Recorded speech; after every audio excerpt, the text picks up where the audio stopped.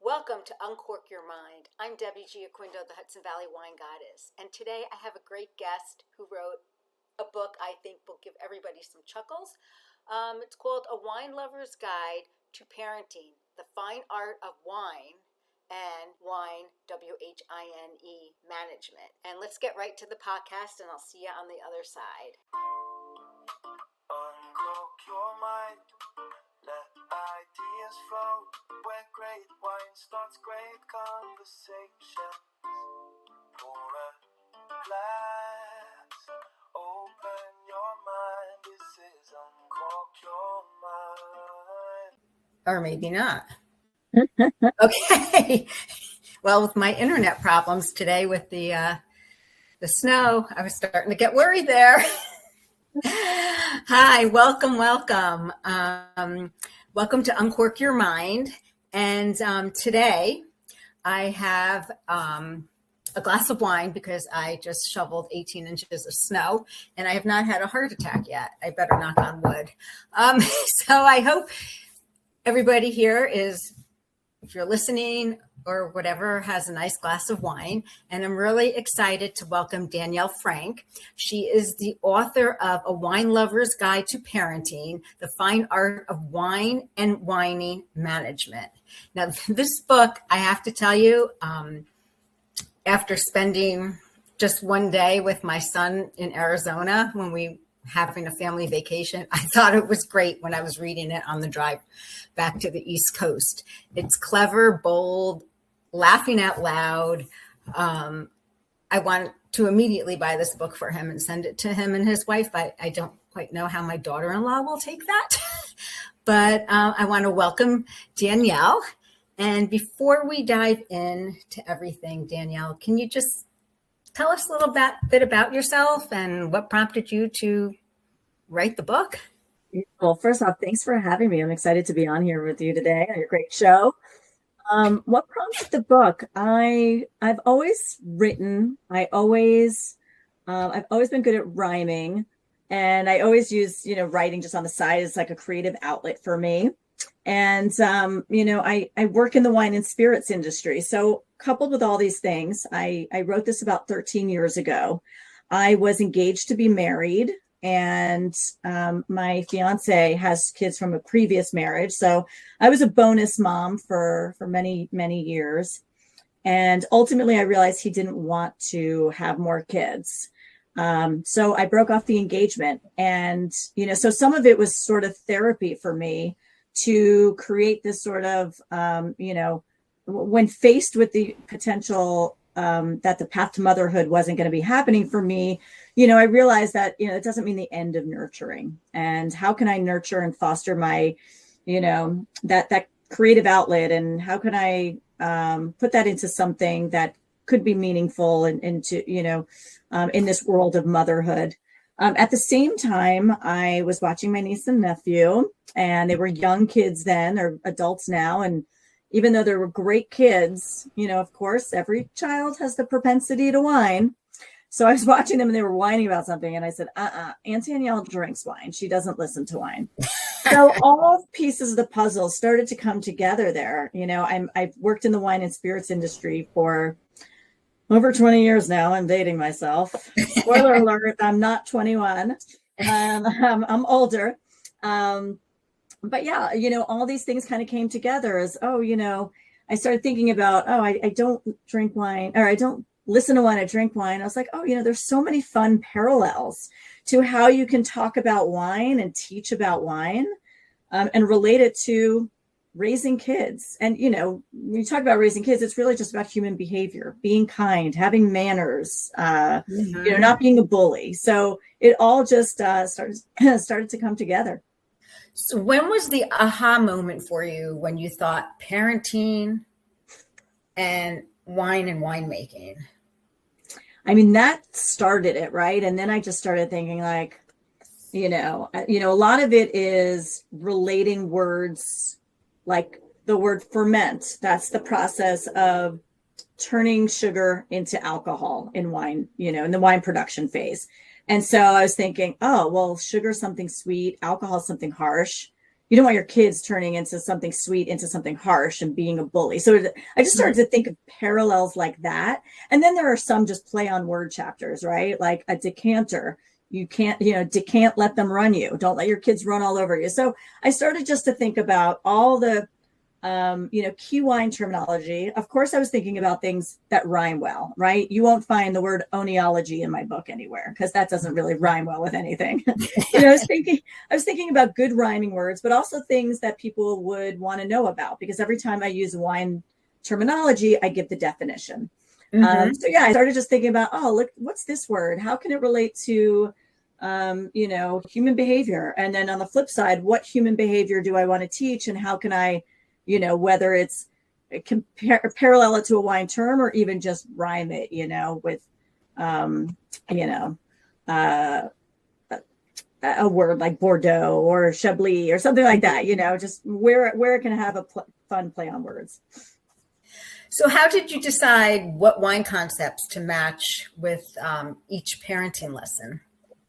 Yeah, again, some of the wine terminology spoke to me immediately of like paralleling human behavior, like the fermenting, right? Turning sugar into alcohol. And then some of those were just, and like corked. Is your kid corked? We know a corked wine is a bad wine. Now that chapter is that's the final chapter, just tongue in cheek, and said, is your kid corked? I'm just kidding. There's, everybody has the propensity to be good. So, there were terms like that you could just relate to wine terminology and human behavior. And then others just, again, play on words like to can't let them run you, or is your kid a mulled wine? So mulled wine, like this is more of like, I was thinking about mulled, right? Mulled wines are served heated and they're spiced. You add spice to them like clove and star anise and cinnamon. So it's spiced, it's heated, it's often served as a punch. Well, thinking about human behavior, is your kid spiced heated? Are they packing a punch when they're at school? Is your kid a bully? So there were some things that like really just became very clear on how you can parallel the actual term with the human behavior. And in lesson 1, which I was reading to my husband on our wonderful drive from Arizona to New Jersey, it says, I drink wine, I don't listen to wine. Why do you think whining is such a pivotal parenting battleground? Because I had an issue with my granddaughter and I just kind of laughed at her and I said, this isn't going to work with grandma. So. Well, this is why this is lesson 1. I think everybody can agree. I mean, again, I don't need to be a parent. I'm on enough airplanes and I'm around enough kids and around friends' kids that like, nobody wants to hear anybody whining. I don't want to hear an adult whining. It's, it's not pleasant. It's not enjoyable. It's not, So, but of course kids do it, and again, that's what spurred on the first chapter. It's what spurred the book on. It's kids do it. And when you let them whine to get their way, they're going to keep doing it. So this was lesson number 1 for me. Don't let them whine. You got to nip that in the bud, because if you keep letting them whine, they're going to keep doing that. And it's that's rule number 1. And then in lesson number 2, you talked about kids needing space, kind of like how the wine needs to breathe. Why is independence like such a key theme for you? So this, comes from personal knowledge and from some people around me. So one, I see the way my parents raised me. I didn't have I had a long leash. My parents were divorced from an early age, 1 year old. Both of them, when I was with both my mom or at my dad's, they just had a lot of trust in me, and they gave me a lot of confidence. Of my friends, I didn't have a curfew. I couldn't think of the word. I didn't have a curfew. I just noticed like my friends who had strict curfews or were really strict, those were the ones that rebelled the most. I had nothing to rebel against. It's like, well, I would go home. I don't need to stay out and push the limits, or, I'm probably like the last one to drink, even though I'm, a wine lover now, I was like probably the last one to push the buttons because I didn't feel that, need that a lot of kids feel that, it's like when something's taboo, then you really gravitate towards it more. So, I had so much room to breathe and I think that really helped develop me just like a wine into being an independent, responsible person. And then I see it with some of my, the friends and, my sister and the people around me. Most notably my friend Mike and Nancy, like the way they raised their kid, Hudson, he's 12 years old going on like 40. But he's such a well-grounded kid. And I see it's because they really, she's obviously a protective mom, but not overprotective. She gives him, the space that he needs to grow without coddling. And it's made him into such an unbelievable kid. I mean, they came over my Thanksgiving. I host for all the orphans left in town here in Cali, since I don't go back east, once it hits winter anymore. And all my friends, I mean, they always talk about how great Hudson is. He's such a well-rounded, adjusted kid, and he's able to have conversations with adults that I took him to an escape room over Christmas break. And like 3 of my friends were like, we want to come, we want to hang out with Hudson and we want to do this. Like, yeah, it's like, it's such a testament to them letting him breathe and just find his own way while giving him, guidance along the way. I agree with that. That's kind of like how I was raised as well, So you talk about in the chapter, don't let them ferment. And it ties it into avoid, manners and avoiding. Do you think modern parenting has softened too much on etiquette? Oh, I mean, I do, again, who am I to say? I'm just an outsider perspective, but I think also an outsider perspective gives a fresh take on it. I see what's, we have a fresh lens and a front seat to what's going on. I don't know. I mean, maybe social media has contributed to this, but we talked about this before. Like, I was like 6 years old walking to first grade by myself. And like, we'd be riding our bikes with our friends till, we knew it was supper time. I think just, I don't know if it's just the combination of, people being sheltered and, obviously the world's a different place now, but, I don't know. Kids are definitely a different breed than when we were growing up. No, I agree with you. And I can remember with my kids who are 31 and 33, going over to my mother's house to drop them off because I need to go somewhere. And I was one to go out to play, but my mom's neighborhood, the neighborhood I grew up in, was like quiet. You could hear a pin drop. And this is really before social media and cell phones. Maybe it was just the beginning of it. And I'm like, where is everybody? Yeah. I kind of feel, and then, I raise my kids and, I see how, what my son is doing. My daughter doesn't have kids, but, and I'm just like, wow, like, you got to let them think for themselves. You got to, but whatever. Not my, not my kid. And it's like, I don't know. We were just, and again, it doesn't mean every kid's like this, right? There, I see a lot of great kids with great manners and oh man, do I love that. But it just seems like it's fewer and far between. Yes. And then, this leads into kind of like the boundaries. In Lesson 6, you talk about you can't, don't let them run you. Like I see a lot of parents now, which, the kids dictate. And I kind of saw that with my granddaughter when we were in Arizona, that, she dictated what they were doing. And I'm like, no, you're going to eat at 7 o'clock at night. We're going to eat at 7 o'clock at night. And, I'm like, all right, they didn't come to dinner with us. But is it really about boundaries and authorities? Yeah, I mean, that's why you can't let them run you, because that's, as we see this shift in, kids today running amok to their parents. I hate seeing kids talk fresh. And again, when I was younger, it's like if I spoke out of line, my dad would pretend to loosen the belt, or I've had a bar of soap stuck in my mouth.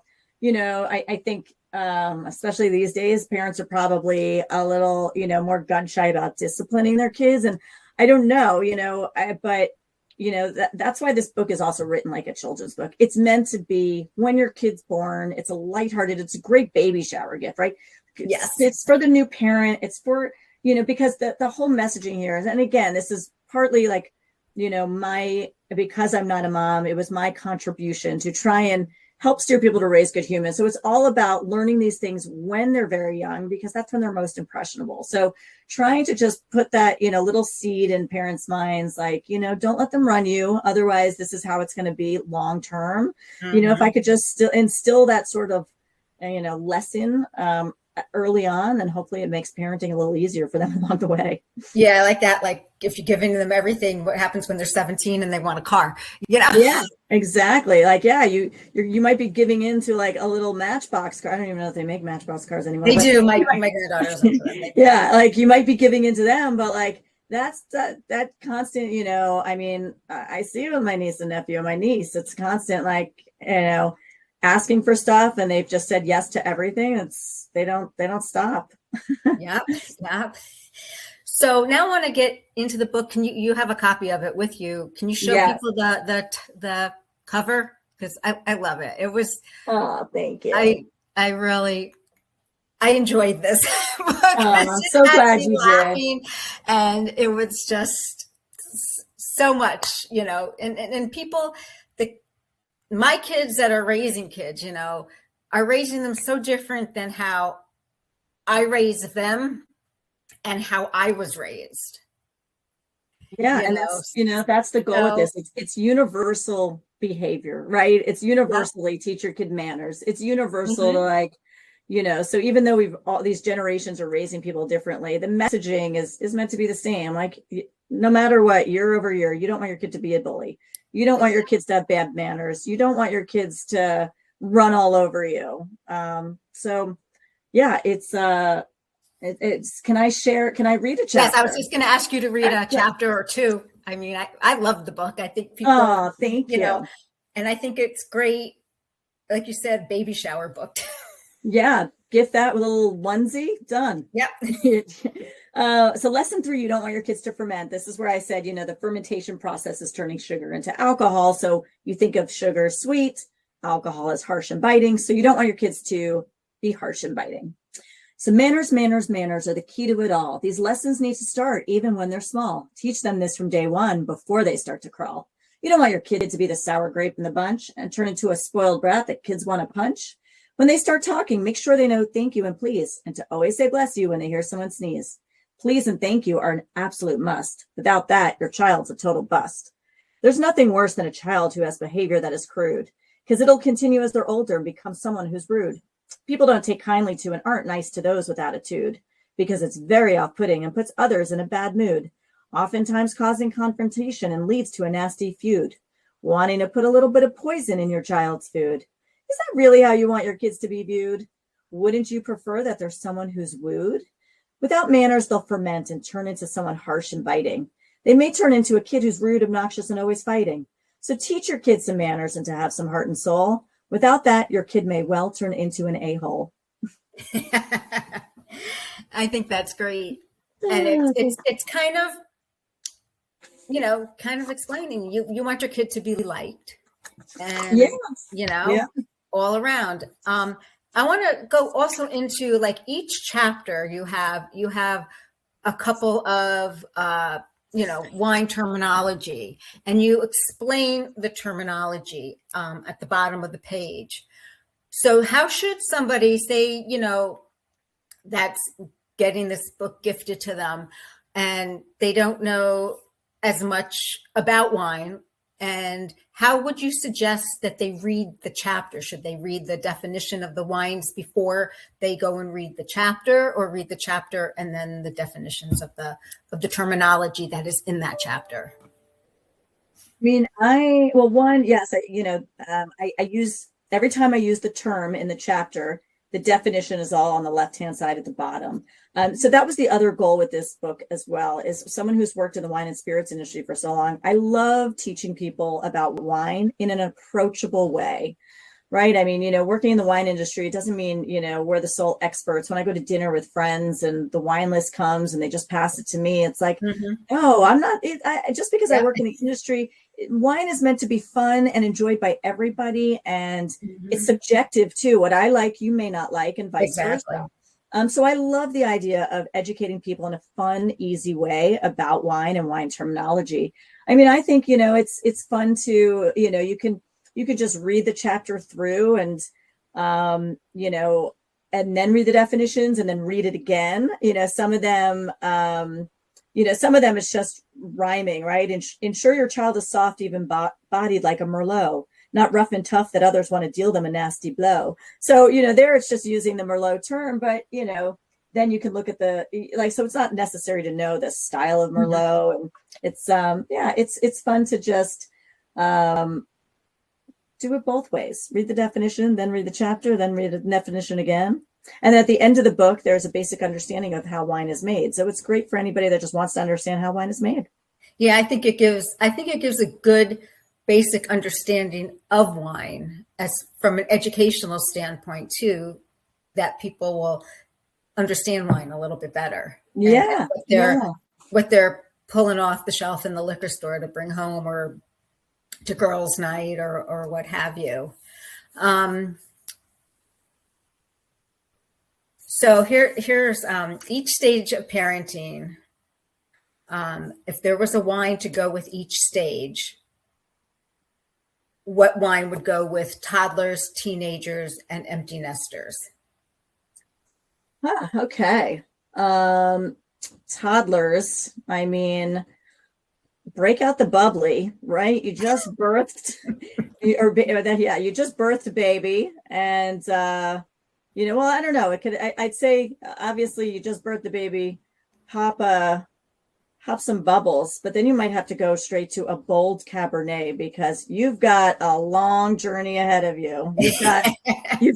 You've embarked on a bold and powerful, mission of the next 18 plus years of your life. So buckle up. I would say, what was the next one? Teenagers. Teenagers. Oh boy. That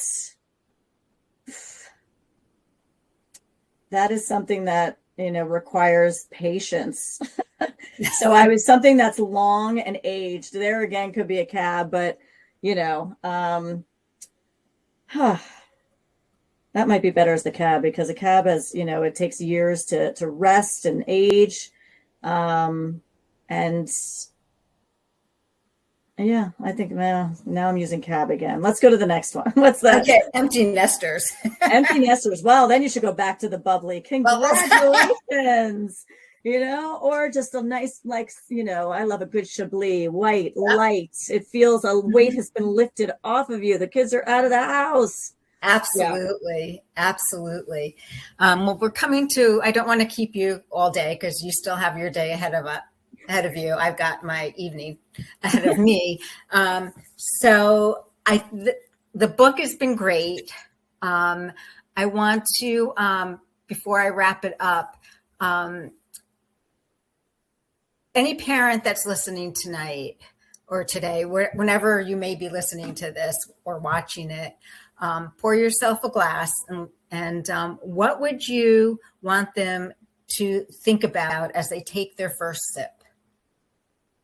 I want them to think about, this is made with love and light, and it's okay to just have a little laughter through, I don't want to say through the pain, it's such a joy to raise kids, but sometimes you need to not take yourself so seriously. And, with wine and raising kids, there's a lot of similarities, but one requires a corkscrew, the other requires patience, but both can stain your carpet. So you might as well laugh along the way. You might as well enjoy a beautiful glass along the way.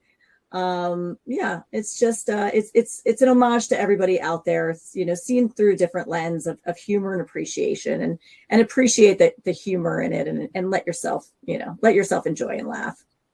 You have to, because I laughed throughout the whole book. Oh, and I the different lessons as well, and the pairings of the terminology. It was really good. How can somebody purchase this book, and how can they find you? So they can purchase it online on Amazon.com or BarnesandNoble.com. And if you want to find me, I have a website, DanielleFrankAuthor.com, as well as on Instagram at Create a Great Story. Thank you so much. Like I said, I love the book. I could relate to the book. And the one thing when I was raising my kids, I said, as far as wine goes, I never drank until 5 o'clock. No matter how hard my day was, with work, with the kids, what have you, it was always 5 o'clock. And if I was the only one home at 5 o'clock, I'd call another friend that was a parent. We'd open our wine together and we would have a glass. I love that. As you should. Deserve it. You deserve it. And, whatever gets you through, whether it's parenthood or whether it gets you through the moment in life that you need it for, it's meant to be enjoyed. Thank you so much for having me on your fabulous podcast. I've enjoyed this. Thank you. And I'm going to be ordering that book. Oh, thank you. For my son. But thank you so much. Thank you. Take care. I had such a great time interviewing Danielle. This book, it made me chuckle. I have a 3-year-old granddaughter. There's some things in the book that kind of hit home. And I think that everybody that's starting a family should read it because, you really have to laugh. You can't lose your humor. So as we close, I'd like to invite everyone to raise a glass. Here's to raising kids with boundaries, breathing room, depth, and optimism. Here's to not letting them ferment. Here's to decanting the bad behavior and leaving the sediment behind. And here's to remembering that even when things feel corked, we still have the power to shape something beautiful. And just remember, wait till 5 o'clock p.m. to uncork. Cheers.